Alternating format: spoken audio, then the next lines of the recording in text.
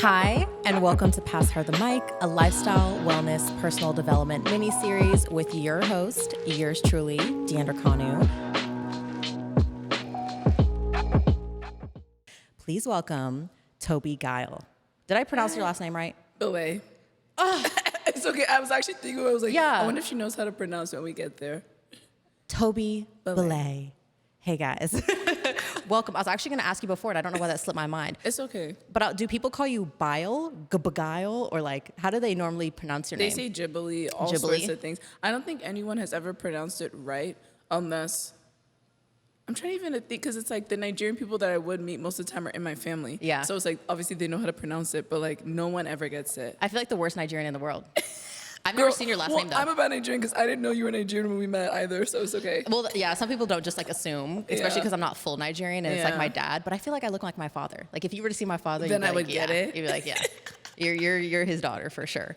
Well, welcome to the podcast. Thank you so much for being here. I want to just dive right in because I think it's insanely impressive that you've, at such a young age, have already done your own TED Talk. And the theme of her TED Talk, if you guys haven't seen it yet, and I really encourage you to watch it after this episode, is Does Bravery Need a Rebrand? And you talking about on your TED Talk that Black women specifically are always like told to be strong and like we're like the epitome of strength because we go and we go and we go and we push through, when really maybe strength is being able to stop or like know when to take a break or knowing when to pause. So with that, what inspired that TED Talk? For you personally?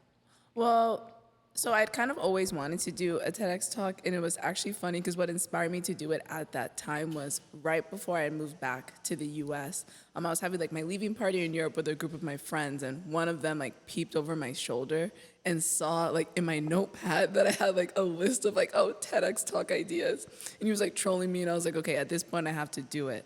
So when I moved to the U.S. and things were a bit busier and my life kind of took a turn in a direction that I didn't expect it to, I was just having a day. Like, we've all had those days. And I think I was like taking like 10 minutes to have lunch at work. And I was like, I'm just gonna go online and see what talks are available. And then the closest one in our area was San Diego. And I had reached out to the organizer of it, and he said, we're basically full, but let me know your idea. And I'm like, all right, good thing I have this notes in my list in my phone. And I went there and I was like scrolling through and I just said some random idea. Long story short, they accepted me. They thought my idea was trash, but they were like, we see something in you, so we're gonna bring you on. And then basically the time from like me like going through like the TEDx coaching and refining my idea, essentially what happened was I was going through a major health transition at the time that really encapsulated the whole topic. And I was so focused on wanting to get on the stage and tell a story about Black women and how we were perceived in culture. And it got to the point that I was going through so much in my own life that my coach, who was also a former therapist for over a decade, was like, are you comfortable with us kind of turning the mic over to you?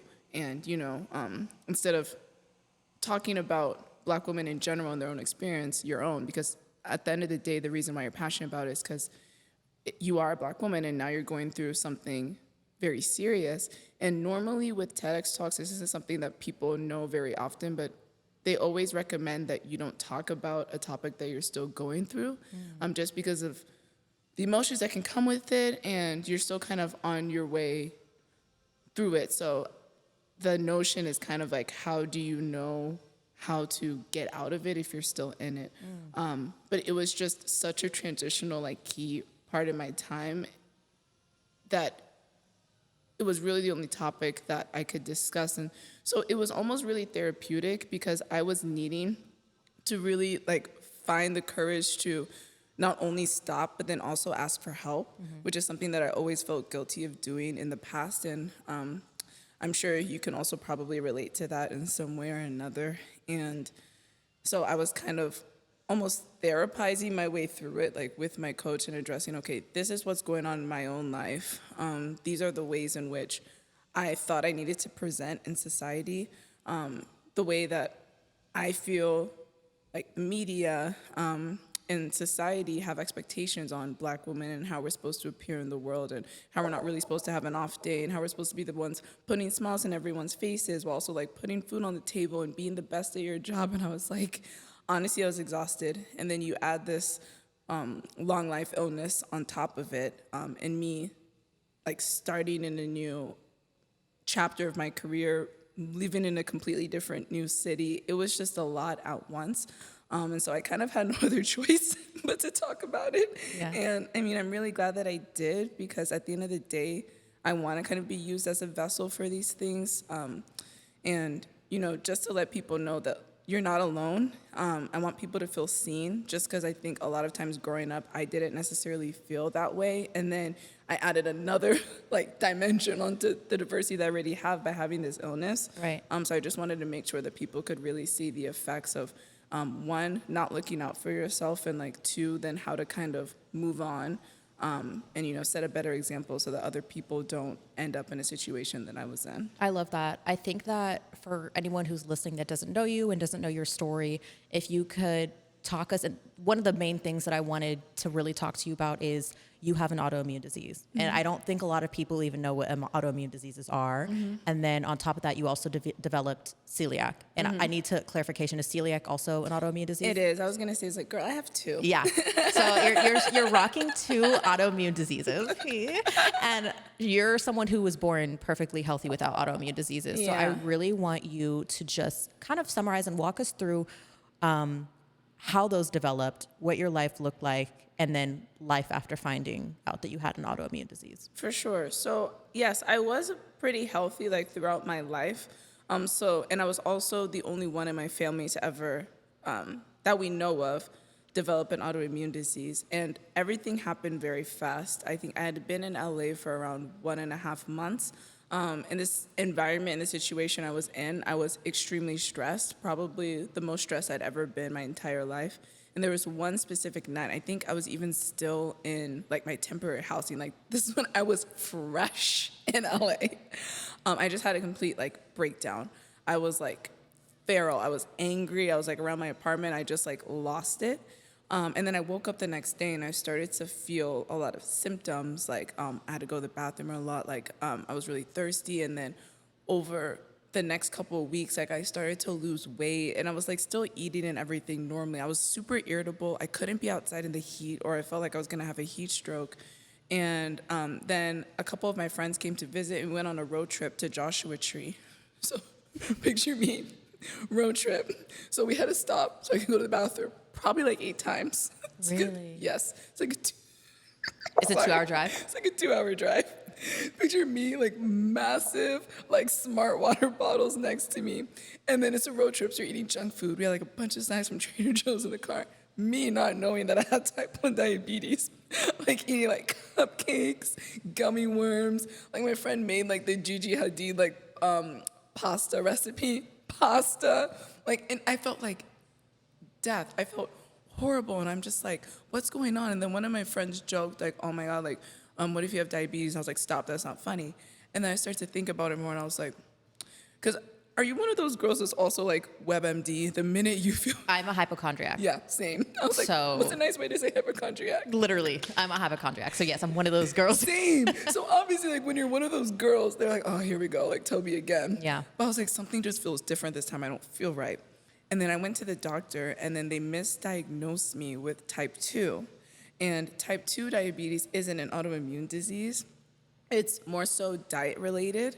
And it's also seen in a lot of people who, you know, maybe aren't the most healthy due to various factors, or, you know, maybe don't have the best diet, or like struggle with obesity. Mm-hmm. And so it also has this kind of like unfair stigma around it. So then when I got that, I was kind of like, that's so strange, because I've been so healthy like my whole life. Like I was an athlete growing up. I was a cheerleader for many years, and no one in my family had it either. So I was just kind of like, this doesn't make any sense. They put me on the medication that they put type 2 diabetics on, for 2 weeks. Mm-hmm. And I felt like, worse than death. Yeah. You hit a wall. You're reading my mind. I hit a wall. And then I ended up going to a different doctor, and they were like, oh my gosh, you have type 1 diabetes. Was this through like a blood draw? Yeah, they redid like the blood test and everything, because actually when I first went in, they didn't even test my blood. What did they test? They didn't test anything. I just said my symptoms. No and they're way. like, you have type 2. And I was like, yeah. And I also feel like this also, I talk about this in some of my previous podcasts. It's also this weird medical society that we have in the West where doctors aren't really looking too deep into certain things, because if you walk into a doctor's office and say, hey, I think I have an autoimmune disease, and they're like, oh, you do, instead of testing your blood, asking your symptoms, maybe observing certain things, maybe testing your urine, I think that's a problem. It is. And you could be missing something that's even deeper. Imagine you had an autoimmune disease and you also had something worse than an autoimmune disease, something that could have been fatal. Yeah. So I feel like that's also a dig to our medical community, because they should be protecting us and looking out for you. So that kind of sucks that you had to go through a transition of thinking you had type 2, taking medication, feeling even worse. And let's also go back to the fact that this was developed through stress. Yeah.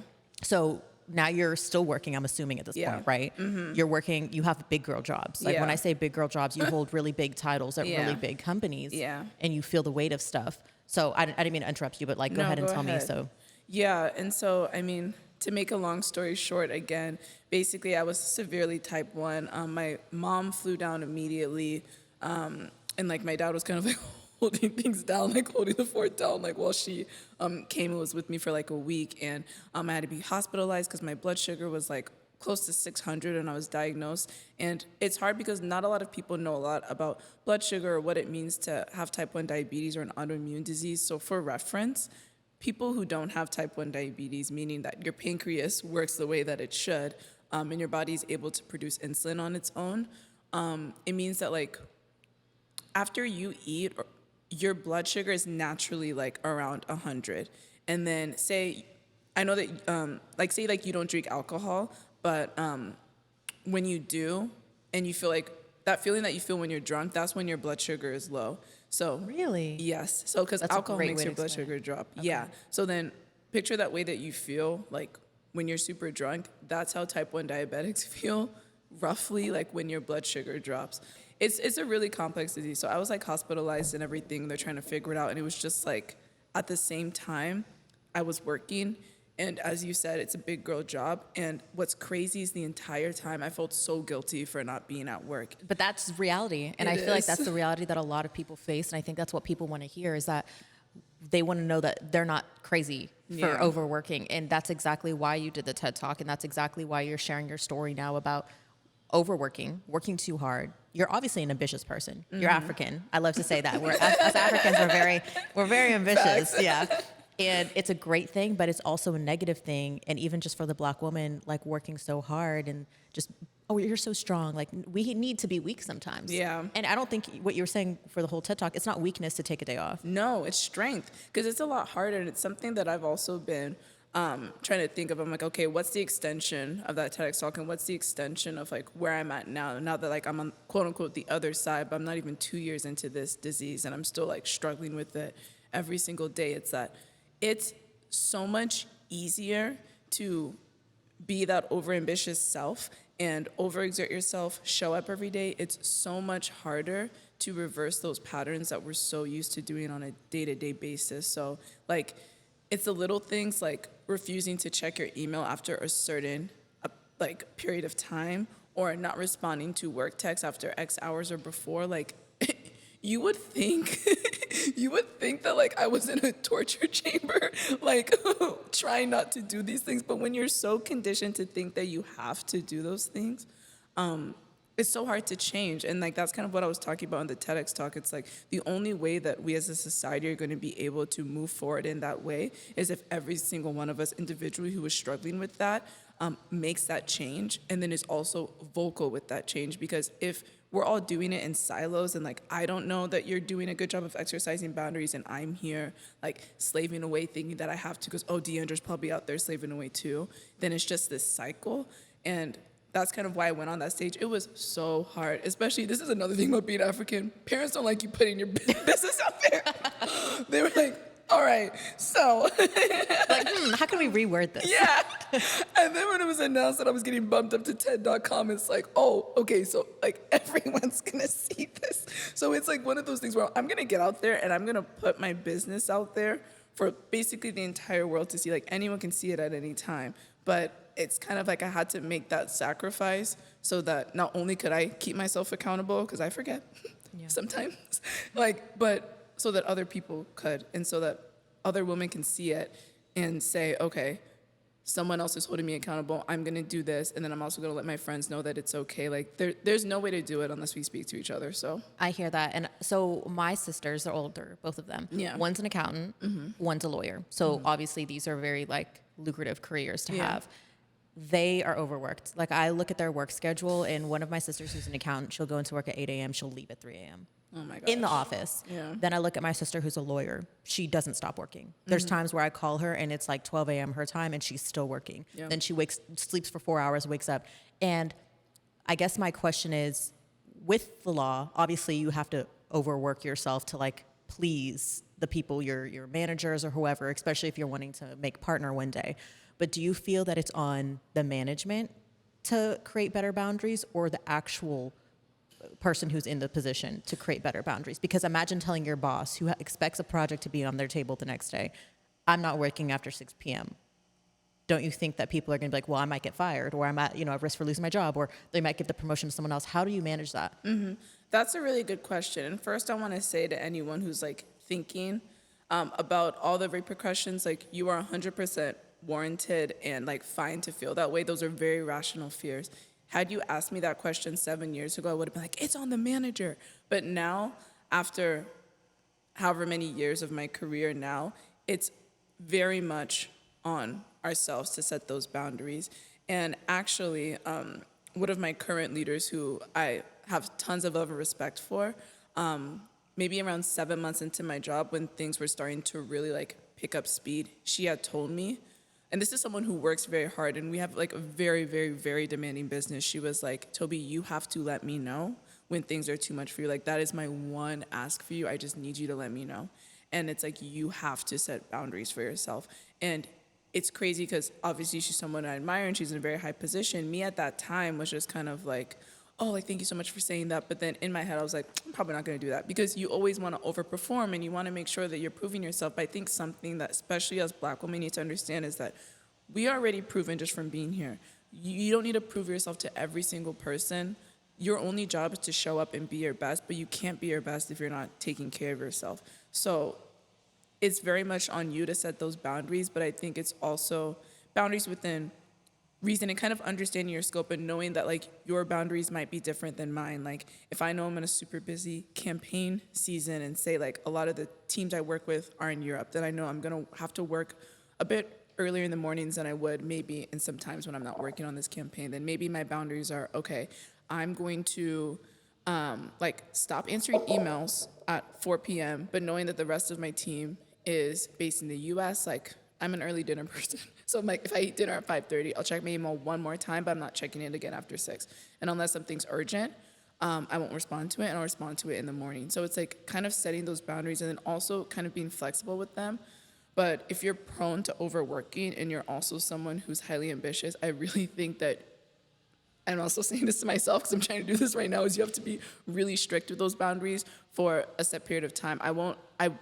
So like, for example, I would encourage myself then to set that boundary for like at least a week to show that I can do it. My mom always told me that it takes 3 weeks for a habit to like become normal. So obviously 3 weeks is the ambition, but like for someone like me, I can't like set a boundary for like 2 days and then return back to normal, because then I'm never going back.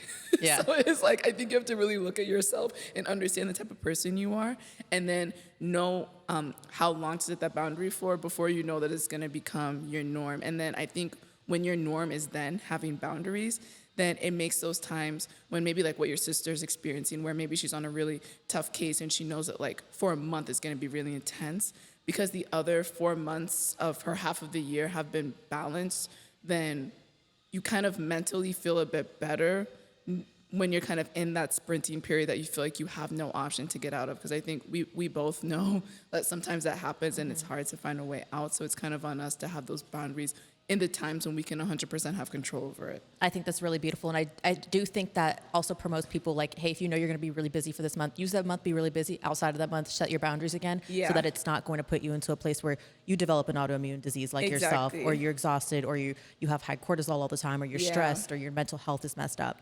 And I just kind of want to make a side note as well, as far as setting boundaries I love that you said it's on us. I agree with that. I was listening to a psychologist, and this pertains to relationships as well. And she was basically saying, when you set a boundary with your partner, it's not your partner's job to enforce that boundary. So say you set a boundary and you say, hey, I don't like when you talk to me like this. And then if your partner does that, you're like, well, it's your fault because I told you the boundary. It's not on them. It's on you to reinforce that boundary. So if your partner talks to you like this, it's your job to then say, when you talk like this, I'm disengaging. And disengage in that moment. And you have to keep reinforcing those boundaries. Now, because it's basically like what you were saying, you have to keep working at it. People, you don't just put up a boundary and people understand that and then never do it again. No. Especially in the workplace. Yeah. It's up to you as an individual to reinforce those boundaries continuously, because once you let someone get past that boundary, they're gonna be like, oh, It's forever. yeah. Oh, okay. Well, she said she was gonna stop working at 6, but she responded to my email at 7. Exactly. Now I'm gonna do it. Yep. And now you're gonna fall into a place where you feel like you have to respond to emails after 7. Yep. So I think that's really beautiful that it sounds harsh and it sounds tough, especially for anyone who's working a job right now and you want to get that promotion and you want to get that raise. Maybe you start the first couple of months, you appease your boss, you appease your manager, whatever. After a certain point, once you found what you're capable of, what you're not, set those boundaries and really just put your foot down and, have those conversations with your managers. I have a friend who I respect her a lot because she has no problems enforcing boundaries, to the point where I'm like, are you going to lose your job? You're gonna lose your job. But she really just believes, and she does her job well, but she really just believes in putting her foot down. And sometimes I'm surprised. Like, she was moved to a different department and she's really stressed in this department. And she doesn't believe in, like, she's really good at her job. And she's like, why do I feel this stress? So she literally told her boss, I moved to this department. I'm stressed. We need to figure something out because this isn't going to work. And for me, I'm like, wow, I'm really impressed by that. But it's also a very scary thing because they also have the choice to be like, okay, bye. You don't like it, bye. Yeah. And I feel like that's what people fear. So it's this dance that we have to do. Yeah. So can you tell me a little bit about, you developed this autoimmune disease, you're working really hard, you're obviously providing for yourself. I think you were moving from a different country back to the US. Yeah. Tell me how that affected your mental health and how you kept moving forward. Girl, my mental health, honestly, at first I was in shambles. And it's one of those things where, especially with autoimmune diseases, like whether you have type 1 diabetes or something else, they have an extreme effect on mental health. And anyone who has an autoimmune disease is also at a higher risk of developing anxiety and depression. And that's because depression is the effect of inflammation in the body. And autoimmune diseases, a lot of the times, deal with inflammation in various organs and in various areas of your body. So when you're dealing with that on top of the day-to-day management of whatever autoimmune disease you have, for me, that's type 1, I was just tired. And my body was inflamed. I was going through a new disease, and my body had been operating like in an extremely like high, extremely unhealthy like blood sugar for however many weeks. And then all of a sudden I was readjusting to all of a sudden being insulin dependent and having like liquid injected into me every single day just to stay alive. So it's like I'm balancing that, and then that obviously has some like effect on your mental health because you're like, oh my gosh, am I like, this is my new normal? And that's a massive adjustment. And then I try to keep myself busy so I didn't have to think about it too much. And obviously, my job was very busy. I had just moved here, was trying to make new friends. That was keeping me busy. And then I was also doing the TEDx talk. So I was working through everything that I was going through while doing this TEDx talk, and then also trying to make sure that I did a good job while doing it. So I had all these different things going on that I wasn't really addressing the fact that I was like severely like depressed and anxious. And then when the dust settled after everything, like I was moving into a different phase of my career. The TEDx talk had just happened. I had some months before it was going to come out. I was going to the summertime, and like my life had like started to I don't obviously want to blame everything on my autoimmune disease, but I also have to like allow myself grace and understand like I went through a major life transition and a major health transition at the exact same time, and I never took the time to address it. So I actually started therapy, I think a few months into my diagnosis.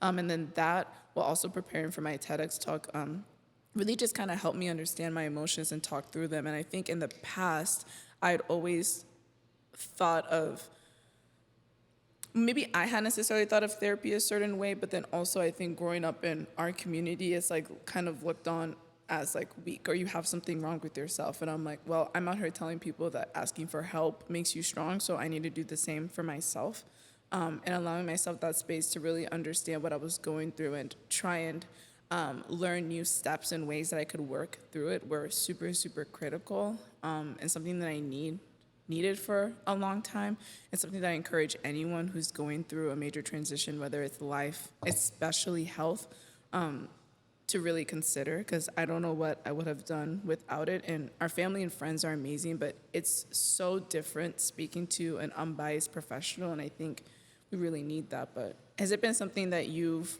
worked through at all too, therapy? So I wanted to say, yes, I love that you said that for our community, you know, the Black community, that therapy can be looked as something you're weak, or, you know, why would you go do that? You don't need that. You're strong, you know. It's something that this year, I actually tried it a couple years ago. I had one session, and I think because I had those preconceived notions of I'm strong, I don't really need to open up to somebody, I went into the therapy session completely closed off. She would ask me questions about myself, and I would get defensive. So Why you want to know this? No, literally, I'm like, so that it didn't work because I wasn't mentally in the place for it. Yeah. And then I restarted this year, and I was just very vulnerable with my therapist and opened up. And I do feel like being able to talk to someone who, one, doesn't know you, doesn't know your life, and then you vulnerably open up and unpack and them see things in you that maybe your friends can't pinpoint. Because to be honest, friends are not therapists. No. It's really great to have friends that you can lean on and support you and talk to, but they're not your therapists. And putting that weight on your friends can be really hard. Yeah. And then also expecting good advice back from your friends who maybe don't even know what you're going through. They're not trained. They don't know how mental health works in certain areas. It can be not necessarily a good thing, especially for something as severe as what you were going through. And we don't realize how much our mind and the way that we think and the things that go on up here affect our physical. Yeah. So the fact that you were working a job, it wasn't physically strenuous. It wasn't like you were lifting 100-pound boxes and, you know, moving and running miles. It was something that was mentally taxing to you. Yeah. And the fact that something that affected your brain then in turn affected your body just goes to show how important working out things that go on up here are for your physical reality. For sure. I think environment is also a big thing. And I think something that we all need to like understand and give each other grace for is some environments are good for others and bad for some. Mm-hmm. Like the environment that I was in, I was having a unique experience because that just wasn't the environment for me. Does that make it necessarily a horrible environment and one that's like not for anyone? That is all up to the person who is experiencing it. But for me personally, that just wasn't for me. And I think that I took that very personally and thought that there was something wrong with me. But environmental factors are the second leading factor in getting an autoimmune disease.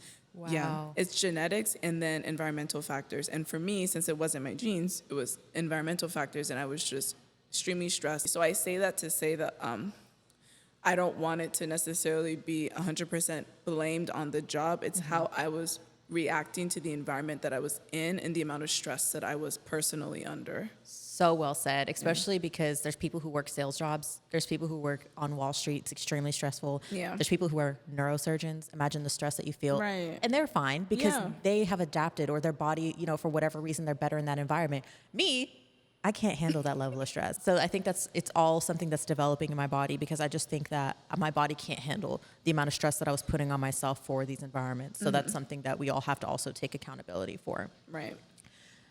What does your day-to-day look like now?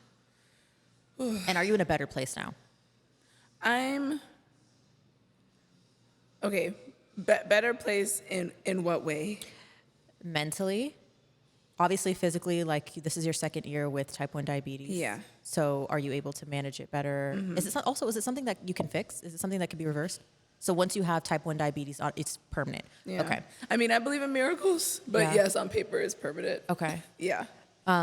So tell me, like, I don't know, overall with work-life balance, if that's even a thing. Yeah. What does your day-to-day look like? And do you consider it better than what it was previously when you got the autoimmune disease? Yeah. I mean, I would definitely say that I'm doing better, just because I think when you hit a low that low, like your only way out is up. And I mean, I've been really fortunate. I've had amazing experiences both inside and outside of my career. I think I am doing better now because after all this kind of like trauma that I've experienced, I do know the tools that I need in order to live like a happy and healthy life. And it's one of those things where it's on me. And I think when you do tend to be really ambitious, also something that comes with it is being a bit stubborn. And I think that you have to be like really honest with yourself. And I think I'm at that point where I'm being honest with myself. I'm reinforcing boundaries and I'm relearning not to apologize for them. And I also have the blessing of having that TEDx talk and all this speaking opportunities and all the other times that I've had past that to like tell my story and speak with audiences and students and all these people who I really want to make sure don't go through the same thing I did, that I have a lot of like historical evidence to refer back to be like, Tobi, don't forget. Yeah. Like, you've been through this before, you know the tools, like, don't forget. Like, and kind of being able to hold myself accountable that way is the reason why I think I am doing better mentally. And I've obviously been through like therapy and a bunch of different health discoveries that have allowed me to kind of better understand myself and my body and better know how to treat myself. And then when it comes to my physical health, I mean, you know, since the inception of type 1 diabetes, I also then did get celiac disease, which 25% of people with type 1 diabetes actually have celiac. So it's kind of like... And what's celiac for anyone who doesn't know? Yeah, so celiac disease is basically when your small intestines get damaged from eating gluten. And that's a very, very basic description. Right. I'm not a scientist, I'm not a doctor, but that's what it is at a high level. So it basically just means you can't eat gluten in any form. Because if you do, it can cause really life-altering and harming effects, the very worst being cancer. Right. So you really just have to like stay off of it. And yeah, I mean, that's hard because socially, like, I love going out to eat. It's always been one of my favorite hobbies. So then having a lot of options and kind of stripped away from me for my health, I think was something that I really struggled with last summer when I was going through it for the very first time. And now I'm about a year in, so I'm kind of like learning to adjust. And also trying to like introduce other hobbies. So yeah, physically, I think I'm doing better because I'm on the up and up. And because all those things are also like worked out, my skin is also back to being better. Period. Purr. If you guys are watching this, it's flawless. Yeah. I don't know if you can tell, but my skin looks amazing. Yeah, no, literally. I don't know if you can tell through her voice, but her skin is amazing. Can you like hear my voice and my skin is glowing? Yeah, but then, I mean, I'm also trying to like find more ways to like have self-care in my routine every single day. And I'm joking about my skin, but it's something that's been a really positive experience for me because that has been my self-care routine that I have time for every single day. Like when I'm ice rolling and then I do my LED mask, it's something that's really relaxing. And it's also something that feels fruitful because I think something I struggled with a lot, especially when I was first starting therapy, when they were trying to get me to do self-care. I was like, well, what am I getting out of it? Right. Like, what am I getting out of like meditating or this or that? Like I wanted to feel some sort of instant gratification. Exactly. And with skincare, I mean, it might sound like frivolous to some, but it's something that you do get instant gratification from. Well, not instant, but you see it. You see the results. And for someone who's very results driven, that just ended up being the perfect self-care for me. And yeah, I mean, obviously I know that like not everybody can afford the same things. And like, I'm not telling you to go and spend like thousands on it. Like obviously like live within your means, but like taking care of yourself is something that's never going to be a waste of time. So if that's like something that you can do for self-care, I highly encourage it. And that's been something that's been really nice and peaceful for me. Like those 3 minutes when I'm under the mask every morning, like 3 minutes of silence, like quiet, relax. And I've noticed that it also helps me be a bit more relaxed when I start my day too. So yeah. Okay. 2 questions that I ask every single guest that come on the podcast. Yeah. The first one is, what's your biggest insecurity and how did you overcome it? And it can be physically, mentally, spiritually, socially. Oh my gosh. Well, I'm not taking a long time to respond because I believe I'm perfect. It's because I have many insecurities. So I'm trying to think about which one is my biggest, honestly. And which one did you feel like you overcame and how did you overcome it? So maybe pick one. Yeah.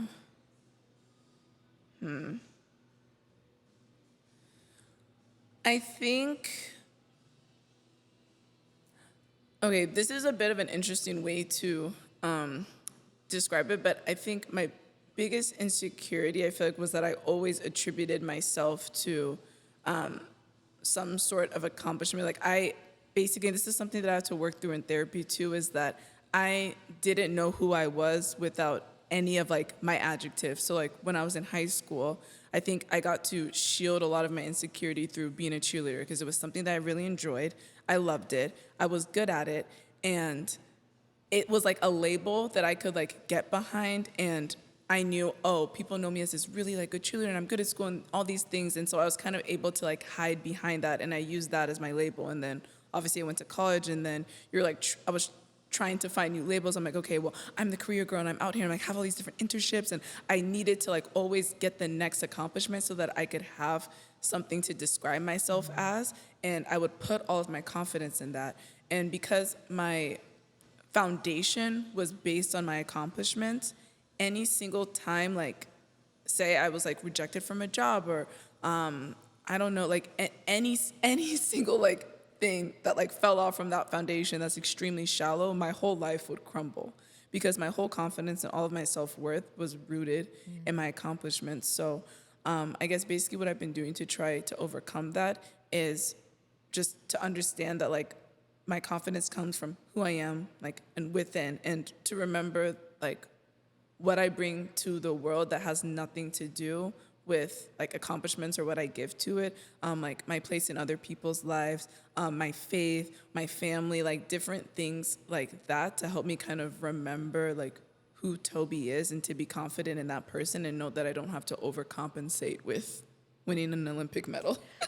I think that was that was probably the best answer that I've heard this far. Oh my gosh. And it's so relevant because a lot of us tie who we are and our identity to something that's external. So a job title, a position, an accomplishment. It's something that I even used to do. And it's crazy because when people meet you, they evaluate you on what you do instead of who you are. Especially here in LA, the first thing is, what do you do for work? I stopped asking people what you do for work because I find it quite offensive. You're offending me. The next time someone asks me that, I'm like, I'm sorry, I'm disengaging. This is offensive. I'm putting up a boundary. I find it quite offensive because that is a way that they're going to evaluate me. It's where they're going to evaluate my mental capacity, whether they put me, where they put me on the chain of things. I now ask people about who they are versus what they do. And I think that's really beautiful that you realize that, because a lot of people don't. And that's why, you see these football players who play D1, they want to go to the league, they go to the league, and then for some reason they're no longer playing, and their entire identity was tied up in the game of football, and they forget who they are as a person and how much they bring to their family, how much they bring to their spouse, how much they bring to the world, to their church. So I think that's really beautiful. The last question is, what do you love about yourself and why? Aw, honestly, I would say, man, I'm really trying to think about this. I would say that I love my ability to find humor in everything. I was gonna say perseverance first, and I was like, that kind of goes against like my whole brand of like making sure that you check on yourself. And I wouldn't say that that's my biggest strength, because I'd be fighting. I'm like, I don't want to persevere. I want to sleep. Like, I'm done.